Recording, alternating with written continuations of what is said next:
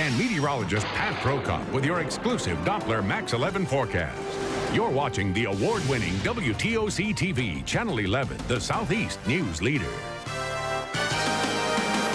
The Georgia Ports Authority will now be able to move more cargo in and out of the Port of Savannah. Georgia Governor Sonny Perdue and CSX Vice President Clarence Gooden drove the ceremonial last spike this morning at the new Chatham Intermodal Container Transfer Facility. The new facility includes 3 railroad tracks that will be used as a transfer point to move cargo between trains and ships. I always love to come to Garden City because we're celebrating progress, and this is more progress, obviously, for a very efficient port operation. And value and efficiency is one of the things the American consumer understands, and this is part of that whole supply chain that moves goods to the consumer in the most efficient fashion. The opening of the new facility makes Savannah the nation's 4th largest port, the only East Coast port with 2 on-site rail facilities. The first one opened in 2001.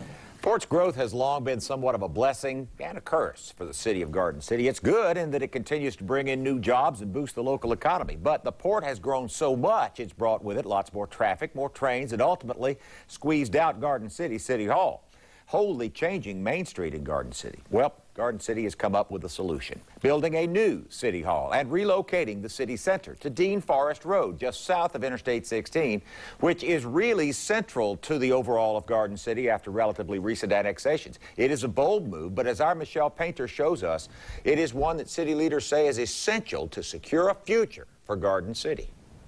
This new City Hall is part of a $22 million project to reinvent and reinvigorate Garden City.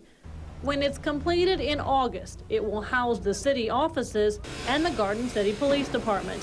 It's a palace compared to the current City Hall on Main Street. It's being overtaken by the ports and is plagued by too much truck traffic. Bottom line is, when people think about Garden City right this second, most of the time they tend to think that it's only the industrial aspect of it, that there's nothing else. City Administrator Brian Johnson says this new project will change that perception. Today, the city showed off its master plan to local and state leaders, former mayors of Garden City, and lifelong residents. It is absolutely beautiful. And my congratulations to the current mayor and council. Former Mayor Jay Harrell and many others didn't like this plan at first. We're kind of settled in Garden City. It's the way it's always been. We pay no property tax, and everybody is neighbors. Now they realize the upside. To get away from the ports and the trucks and the trains and all the traffic. And this will be a nice place to come. Current city leaders have reassured residents that they will not abandon the original Garden City. North of I-16 is the strong industrial, hardy residential base, and down here it'll be a different one, the type of tenants that we had struggled to get north of 16, the boutique retail and commercial and maybe even subdivision, residential subdivision, maybe Garden City's own version of a Southbridge. Big dreams that with the construction of the new City Hall are starting to become a reality.